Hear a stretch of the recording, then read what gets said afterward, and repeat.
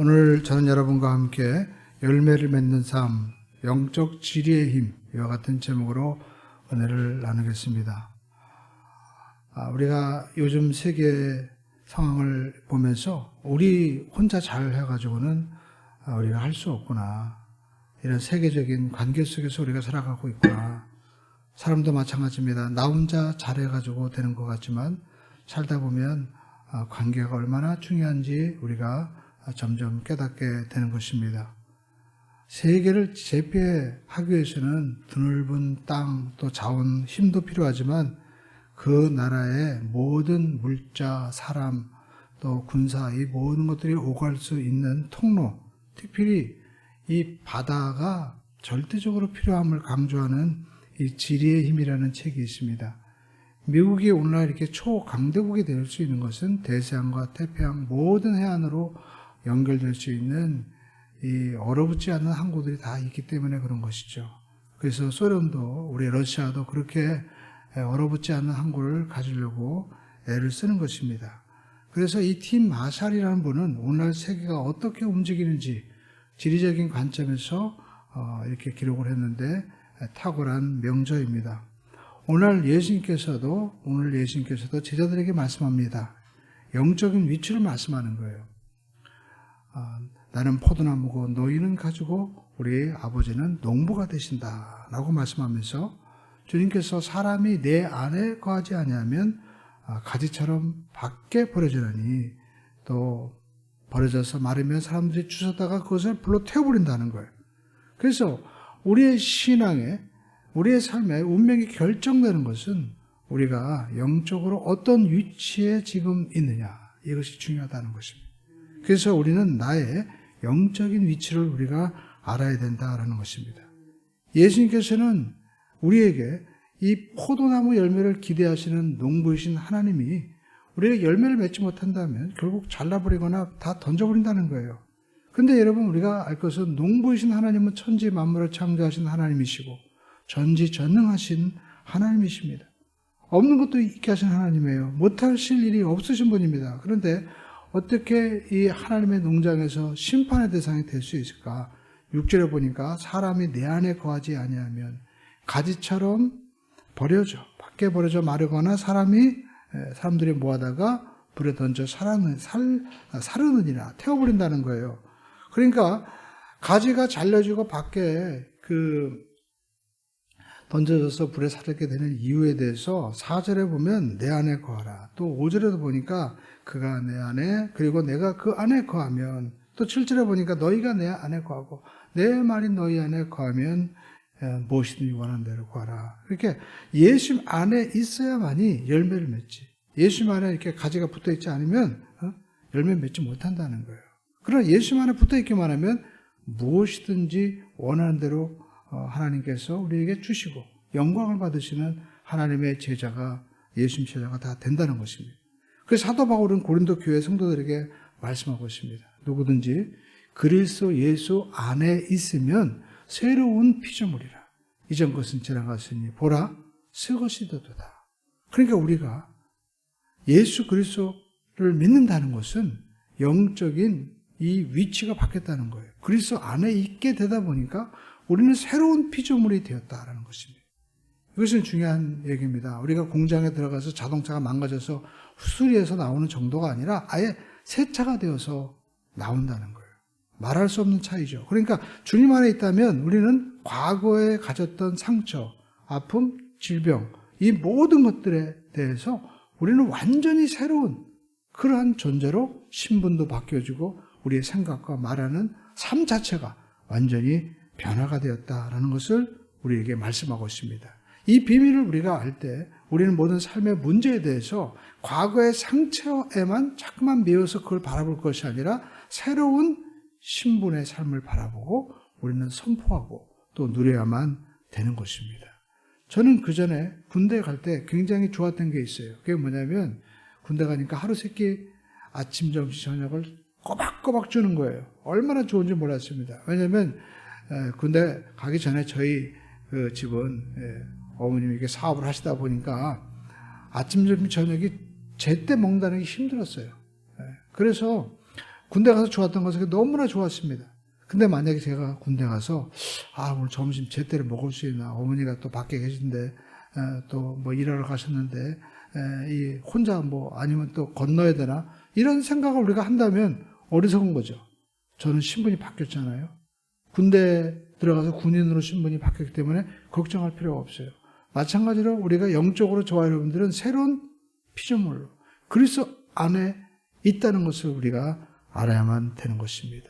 그래서 삶에 아무리 어려운 문제가 있더라도 중요한 것은 영적 위치가 중요한 것입니다. 우리가 모세를 들면 모세가 애굽의 그 왕자로 있을 때보다 그가 광야에 있었지만 그는 영적으로 지금 하나님과 만나는 그런 관계가 있을 때는요, 누구도 그를 막을 수 없는 놀라운 그러한 사람이 되었거든요. 그러니까 저와 여러분들이 하나님 안에서 내가 지금 어떠한 문제, 또 어떠한 환경, 어떠한 질병이 있느냐, 이것이 중요한 것이 아니라 내가 영적으로 지금 어떠한 위치에 있는지 이것을 우리가 먼저 잘 알아야만 되는 것입니다. 그리고 두 번째 따라가겠습니다. 가지는 나무에 붙어야 합니다. 네, 그러니까 가지가 나무에 붙어 있다는 것은 무엇입니까? 예수님 안에 거해야 된다는 것입니다. 예수님께서는 요한복음 15장에서 나는 참 포도나무요 너희는 가지다 라고 하면서 너희가 내 안에 거하면, 이런 말씀을 하시는데 이 헬라 원어에 보면 13번이나 한 장에 기록되어 있어요. 그러니까 우리가 예수님 안에 거한다, 그 말은 한자로 보면 우리가 살 걷자, 이렇게 주님과 함께 사는구나 라고 하는데, 정말 주님 안에 거한다는 것은 또 무슨 뜻일까? 내 안에 거한다, 이게 주님 안에 들어간다는 건가? 우리가 또 문자적으로 생각할 수도 있죠. 우리가 예수님은 인간의 몸을 입고 오셨는데 예수님과 함께 다니는 건 이해하지만 예수님 안에 거한다는 것은 또 무슨 뜻일까? 근데 주님이 왜 이 말씀을 하셨을까? 더군다나 주님께서 이 말씀을 하시는 시기가 중요합니다. 왜냐하면 예수님께서 제자들을 부를 때 나를 따라오느라 하면서 너희가 내 안에 거하라, 초창기에 말씀하면 제자들은 열심히 예수님 안에 거하려고 했을 거예요. 근데 예수님께서 요한복음 15장에 말씀하시는 이 시기는 조금 있으면 예수님이 십자가에 못 박혀 죽으시고 세상을 떠나시는 거예요. 하늘 보좌로 올라가십니다. 그러면 우리가 말이 옆에가 있잖아요. 주님이 자기 안에 거라고 하시면서 세상을 떠나버리면 우리가 어떻게 해야만 되는 것입니까? 다시 주님을 볼 수 없을 텐데. 그리고 또 사람이 어떻게 사람 안에 들어가서 거할 수 있는가? 사람과 함께 있으라면 몰라도 어떻게 거한다는 말이 이해가 잘 안 된다. 우리가 그렇게 생각할 수 있죠. 그러면 이 말은 무슨 말일까요? 영적으로 연합을 우리가 한다는 거예요. 우리가 예수님께서 주님 제자들과 함께 계실 때는 제자들이 주님과 함께 주님 안에 거할 수가 없었습니다. 그런데 주님이 십자가 못 박혀 죽으시고 나서 우리에게 성령을 보내주심으로 말미암아 우리는 성령으로 말미암아 주님과 정말 거하는, 주님 안에 들어갈 수 있는 그러한 연합의 관계로 우리가 들어갈 수 있게 되었다라는 것입니다. 그러니까 제자들은 3년 동안 예수님을 따라다녔지만 예수님 안에 거하지 못했다는 거예요. 오히려 예수님께서 세상을 떠나시고 성령님이 오시자 주님 안에 거할 수 있는 그러한 관계를 가질 수 있게 되었다라는 것입니다. 오늘 여러분, 예수님께서 제자들에게 지금 비유로 말씀하신 거죠. 나는 포도나무요 너희는 가지다 라고 우리가 말씀하면서 가지가 어떻게 하든지 간에 그 포도나무에 붙어 있기만 하면 풍성한 열매를 맺을 수 있다라는 것입니다. 그러면 우리가 주님 안에 거하라는 것은 구체적으로 우리가 어떻게 거할 수 있느냐, 오늘 요한복음 15장에 보면 두 가지를 말씀하고 있습니다. 첫 번째는 기도로 주님 안에 거할 수 있다는 겁니다. 7절 말씀을 여러분 한번 읽어보시죠. 너희가 내 안에 거하고 내 말이 너희 안에 거하면 무엇이든지 원하는 대로 구하라. 그리하면 이루리라. 그러니까 오늘 예수님께서 한마디로 너희가 기도할 때 나와 주님과 제자들이 하나가 되고 주님 안에 거할 수 있다는 것입니다. 사람은요, 하나님께서 특별히 주신 도구가 있습니다. 그것은 바로 언어입니다. 말입니다. 말을 통해서 우리는 서로 간의 의사를 또 소통할 수 있고요. 또 공동체를 이루면서 살아갈 수 있는 거예요.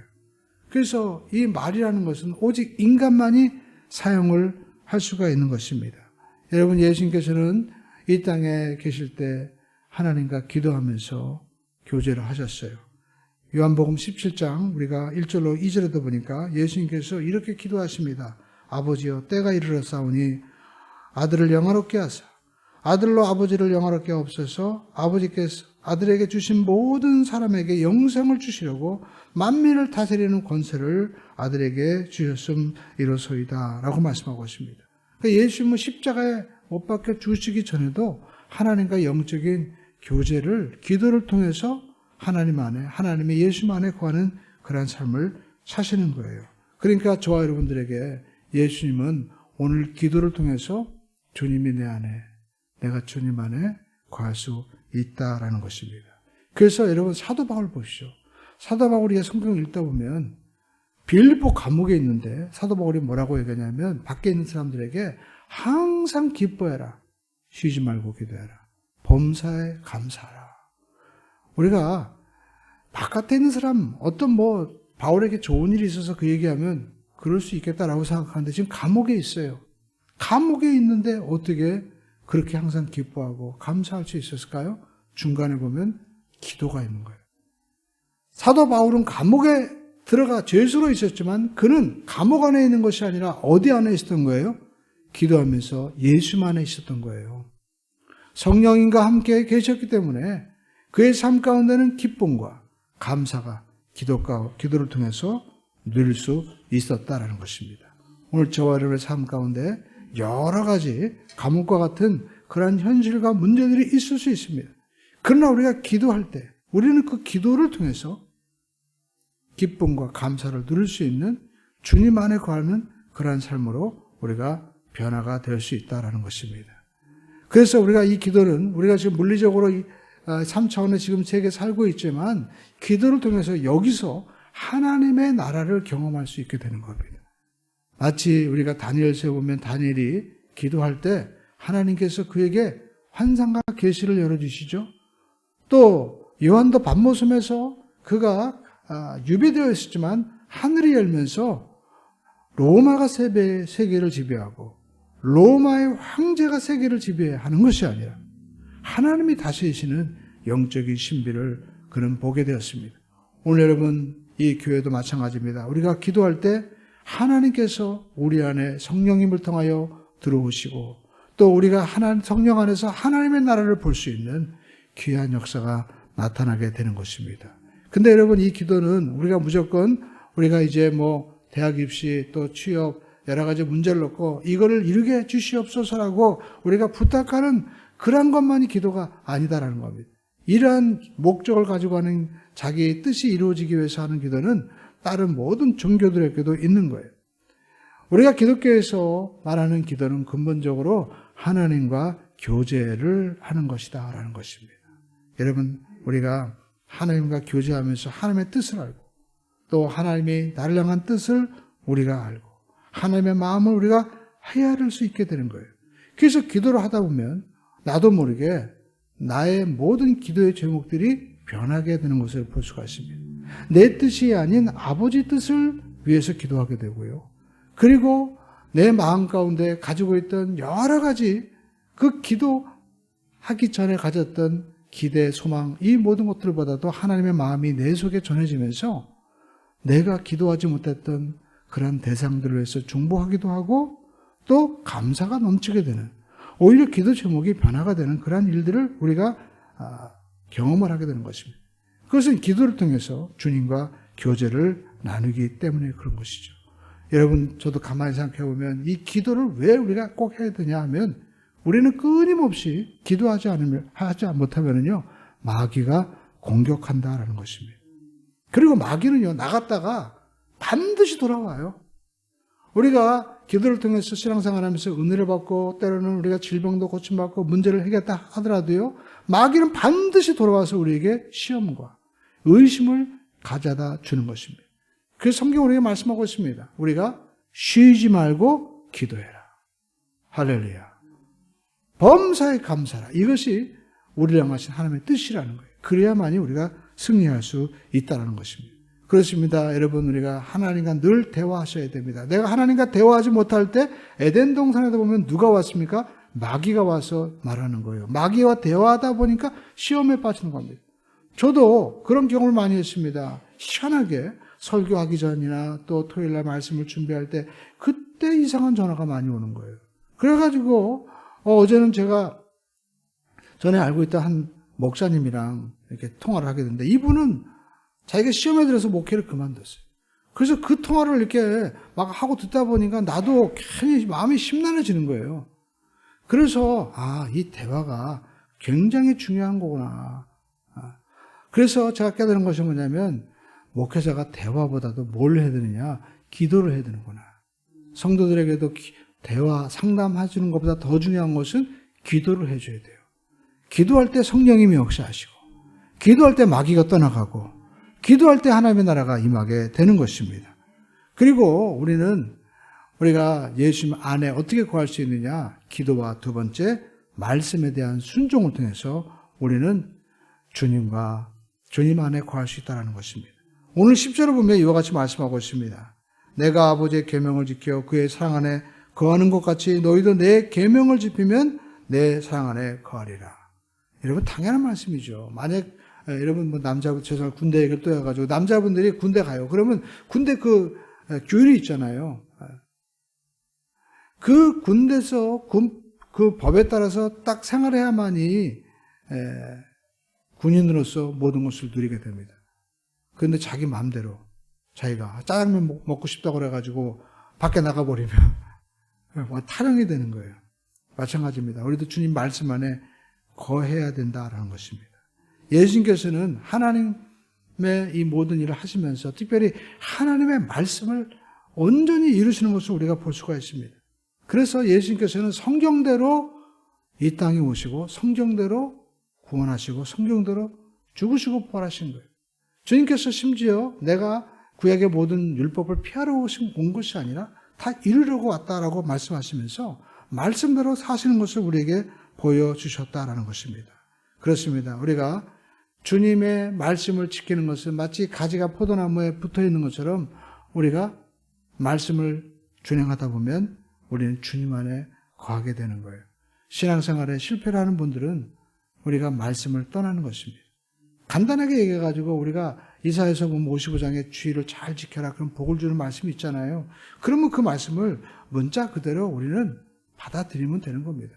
근데 그 자매님이 계셨는데 유명한 그 꽃동산 교회 그 목사님 간증할 때 그런 얘기를 하죠. 자기 사촌 동생이 얘기하는데 이 자매님이 여동생인데 어렸을 때는 신앙생활도 잘하고 직장생활도 이렇게 착실히 하는데 어느 순간 사람이 돈이라는 게요. 벌면 벌수록 욕심이 생깁니다. 우리가 많으면 사람들이 여러분 막 나눠주고 베풀 것 같죠? 아니에요. 더 가지려고 해요. 돈이 많아지니까 11조 내는 게 아까운 거예요. 그래서 내가 왜 11조를 내야 돼? 그러면서 11조를 안 드리기 시작하고 그리고 주일 예배를 빠지기 시작하는데 한두 번 빠지니까 가기가 싫더라는 거예요. 그래서 교회를 안 다니기 시작했어요. 근데 어느 순간 이 자매님이 몸이 아프기 시작하는데 병원에 가도 치료가 안 되는 거예요. 근데 누가 그러는 거예요? 유명한 분한테 가서 신내림을 하고 구술하면 병이 싹 는다. 그래서 하다가 가게 됐대요. 나중에 보살됐대. 근데 여러분 이게 그뿐만 얘기가 아닙니다. 종종 그런 얘기를 듣더라고요. 심지어 이게 목회를 하던 분인데도 불구하고 이제 시험에 빠져가지고 그런 일을 하더라라는 얘기를 제가 우리 지방의 목사님한테 들은 적이 있습니다. 그러니까 우리가 신앙생활하면서 실패하는 이유는 말씀을 떠나는 거예요. 오늘 저와 여러분들이 말씀을 떠나지 않기를 주님의 이름으로 축을 드립니다. 또 여러분 어떤 분들은 자기 혼자 열매라고 맺으려고 해요. 가지는 포도나무에 붙어있기만 하면 저절로 열매가 맺어지게 되는 거예요. 성령의 열매도 마찬가지입니다. 우리가 말씀과 성령 안에 기도 안에 있다 보면 나도 모르게 열매가 맺어지게 되는 거예요. 그래서 내가 해보려고 내가 능력으로 뭔가 해보려고 하는 게 굉장히 어리석은 일이구나 라는 것을 깨닫게 되었습니다. 그렇습니다. 모세도 자기 힘으로 구원해 보려고 노력했지만 결국에는 그 열매가 사람을 죽이고 미디안 광야로 쫓겨나는 그러한 사람이 되고 마는 거예요. 가룟 유다도 자기 힘으로 나라를 독립시켜 보려고 그 셀로 땅에 들어가가지고 노력하다가 안 되니까 예수님 막 팔면 예수님 능력을 나타나겠지 그렇게 또 생각했다고 하는 분도 있잖아요. 그러니까 우리가 인생 살아가면서 특별히 신앙인들은 내가 내 힘으로 하려고 하면 열매가 맺어지는 것이 아니라 오히려 실패하고 만다라는 것입니다. 그래서 우리는 먼저 주님 안에 내가 붙어 있느냐, 기도로서 말씀으로 붙어 있느냐라는 것을 우리가 깨달아야 됩니다. 그러면 열매는 저절로 맺게 된다라는 것입니다. 그래서 사무엘 선지자가 얘기한 거예요. 순종이 제사보다 낫다. 오늘 저와 여러분들이 순종하는 삶이 되기를 주님의 이름으로 축원을 드립니다. 그러면 이렇게 우리가 기도와 말씀으로 예수님 안에 거하고 주님 우리 안에 거할 때 세 번째 가지는 열매를 맺게 된다라는 것입니다. 여러분 주님께 우리가 이렇게 기도와 말씀으로 거할 때 주님께서는 두 가지 확실한 열매를 우리에게 말씀해 주셨습니다. 첫 번째 기도 응답의 열매가 있다는 것입니다. 주님 안에 거할 때 주님께서 우리가 구하는 것을 들으시고 또 들으시는 것을 응답해 주신다는 거예요. 근데 우리가 중요한 것은 우리가 기도해서 응답받았고 어떤 축복을 받았다. 이것보다도 중요한 것은 내가 주님과 지금 어떤 관계에 있는지를 먼저 잘 우리가 살펴봐야 된다는 것입니다. 뭐든지 여러분 우리가 인생을 살면 열매가 있습니다. 근데 중요한 것은 내가 주님 안에 어떤 기도를 드리고 있는가. 또 내가 정말 주님을 닮아가고 있는가. 이것을 우리가 깨달아야 됩니다. 어떤 분이 감나무를 심었대요. 근데 감나무가 몇 년 지나면 열매 맺잖아요. 근데 감인데 이렇게 조그만 우리가 도토리 같은 그런 감이 열렸다고 하더라고요. 주일 2배회 때 말씀드리니까 뭐라고 말씀하시는데 저는 그 감 이름 모르는데 감은 감인데 먹을 수 없는 그런 감이 있다는 거예요. 그래서 우리가 신앙생활 하면서도 기도를 하고 열심히 하지만 중요한 것은 우리가 어떤 열매가 맺어지느냐 이걸 우리가 잘 파악을 해야 된다는 것입니다. 그래서 우리가 기도할 때 무조건 내가 내 뜻을 위해서만 기도하는 것이 아니라 내가 주님과 지금 어떤 관계에 있는가. 우리가 주님 앞에 가장 좋은 기도는요. 먼저 주님 앞에 내가 솔직해지는 거예요. 그래서 모세에게 하나님께서 말씀하실 때 내 신을 벗어라 라고 말씀하는 겁니다. 저는 그 신을 벗는다는 것이 하나님 앞에 내가 겸손하고 그리고 내가 가지고 있는 모든 것들을 솔직하게 내려놓는 거예요. 사람들 간의 대화 가운데도요. 우리가 오랫동안 만나도 관계가 뭔가 좋은 관계가 되지 않고 항상 물과 기름처럼 되는 그냥 관계가 있잖아요. 그거는 어떤 관계입니까? 신을 벗지 않는 거예요. 솔직함이 없는 거예요. 오랫동안 만났지만 도대체 그 사람 속을 알 수가 없어. 그리고 그 사람이 말은 많이 하는데 도대체 무슨 말을 하는지 알 수 없는 그런 대화가 있잖아요. 하나님과의 대화도 마찬가지입니다. 우리가 정말 하나님은 우리의 먼저 마음을 하시는 거예요. 그래서 우리가 유창하게 하나님 앞에 어떤 미사 요구를 놓고 우리가 기도하고 이런 것이 중요한 것이 아닙니다. 하나님 앞에 내 마음을 솔직하게 우리가 토하는 거예요. 근데 그것은 겸손하지 않으면 할 수 없습니다. 많은 사람들이 내가 좀 할 수 있다고 생각하고 내가 하는 방법을 말하면서 이렇게 이루어달라고 막 하거든요. 그런데 여러분 하나님 앞에 하나님 나는 아무것도 할 수가 없습니다. 마치 한나처럼 그냥 성전에 나와서 그가 할 수 있는 것은 그냥 흐느적거리는 것밖에 없고 오히려 엘리 목사님이 제사장이 도대체 왜 술 먹고 와가지고 교회에서 행패 부리느냐 할 정도로 그렇게 오해를 했지만 하나님은 그가 하나님 앞에 솔직하게 모든 것을 내어놓고 드리는 그 겸손한 마음을 다 들으신 거예요. 그리고 우리가 무엇보다도 우리가 기도할 때는요. 하나님 앞에 하나님과 우리 사이를 막고 있는 죄를 멀리해야 됩니다. 왜냐하면 기도할 때 성령님이 역사하시는데 성령님은 거룩하신 하나님의 영이기 때문에 죄와는 함께할 수가 없어요. 그래서 우리가 죄를 토해내야만 되는 것입니다. 그럴 때 성령님이 우리와 함께 하셔서 우리는요 가장 좋은 응답 그것은 무엇일까요? 하나님이 우리와 함께 하시는 거예요. 우리가 주님을 닮아가는 것입니다. 그 열매가 나타나는 거예요. 우리가 열심히 기도 생활을 하고 그리고 열심히 우리가 신앙생활을 했다고 하는데 그 삶의 모습에서, 그의 말에서, 그의 모든 삶 속에서 주님의 모습과 열매가 나타나지 않는다면 우리는 내가 주님 안에 정말 붙어 있는가 우리가 생각을 해야만 되는 것입니다. 그리고 우리가 주님 안에서 맺는 열매는 기도의 응답의 열매뿐만 아니라 말씀의 역사가 있다는 거예요.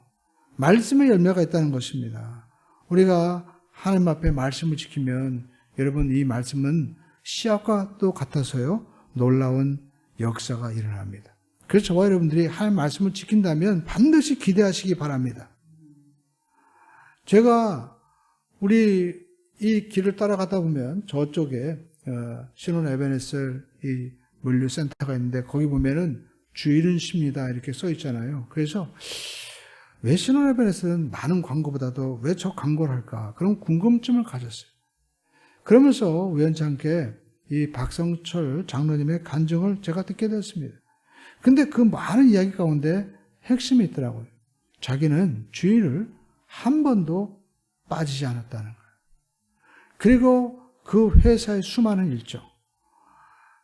그 의료 회사이기 때문에 이 원단을 가져오는 그런 부서도 있고 또 원단을 또 수입하는 회사 또 부서 그리고 또 원단을 갖다가 저런 그 베트남이라든지 또 이런 그 나라에서 재단을 하죠. 그리고 또 디자인하는 센터도 있고 그리고 또 그 물건들을 판매하는 우리 한국뿐만 전 세계 수많은 매장들 뭐 관리하는 회사들이 나라마다 있을 것입니다. 그러니까 비서들도 모두가 나라가 다르기 때문에 정말 그 나라마다 그 전문적인 사장과 비서들이 다 있잖아요. 그런데 그 수많은 나라들을 어떻게 이렇게 관리하고 나갈 수 있을까요? 그러면서 어떻게 주일을 빠지지 않았을까요? 방법은 간단하더라고요. 1년에 만약에 교회에 스케줄이 있으면 이분은 먼저 올해 교회 부흥회가 언제부터 언제까지 있느냐, 행사가 언제냐, 그러면 자기가 그걸 딱 달력에 정해놓고요. 자기가 교회 스케줄을 맞춘다는 거예요.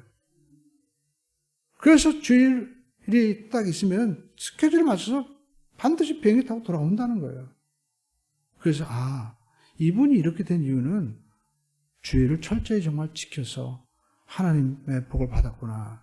그러면서 우리가 생각할 때 우리 교회 권사님들도 수예배 또 금요예배 열심히 나오시는데 제가 우리 권사님 보면 이 무릎이 아파가지고 빌라에서 4층에서 힘들게 내려와서 또 올라가시고 얼마나 힘들어요.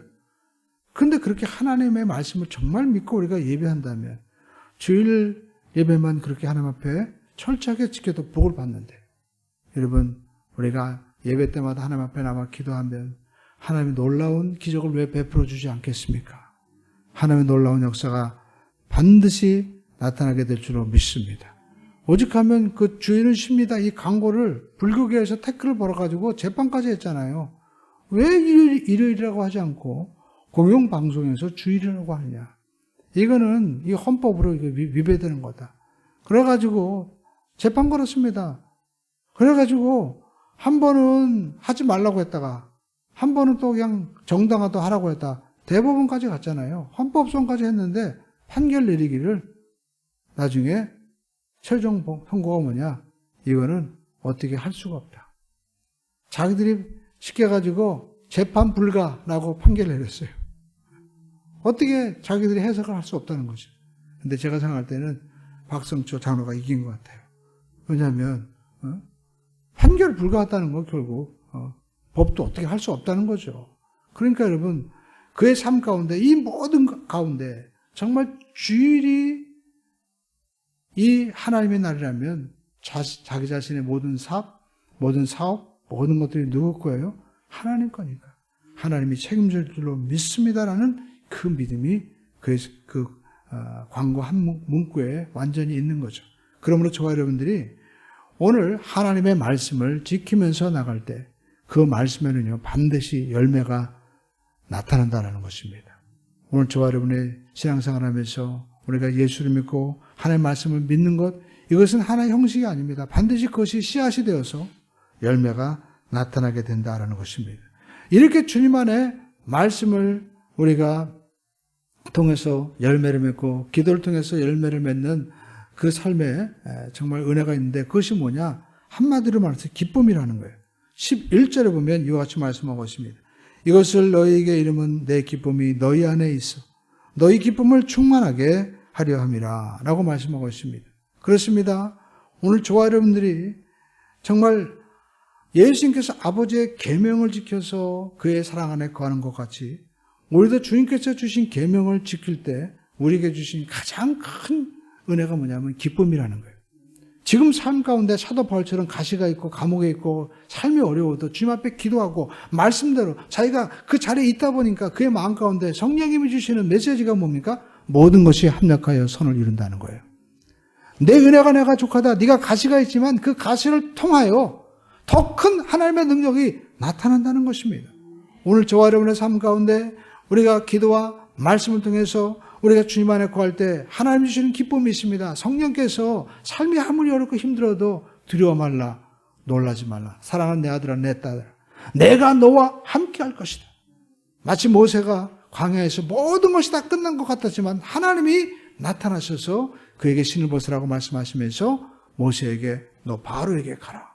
내 백성을 내보내라고 말씀하라 하면서 제가 가면 저들에게 누가 보냈다고 하고 제가 어떻게 그들에게 나갈 수 있겠습니까? 그때 하나님이 두려워하지 말아라. 내가 너와 함께 하리라. 그 하나님 말씀 갈 때 이 모세가 얼마나 기쁨에 넘쳤겠습니까? 오늘 저와 여러분들이 여러분 기도와 말씀 가운데 있습니까? 두려워하지 마십시오. 하나님이 여러분을 책임져 주시고 하나님이 함께 하시는 역사가 나타나게 될 줄로 믿습니다. 여러분 이 세상에는 우리가 주님에게서 떨어지게 하거나 마치 가지가 흔들리게 하는 많은 불안한 요소들이 너무나 많이 있습니다. 태풍과 같은 시험도 있고요.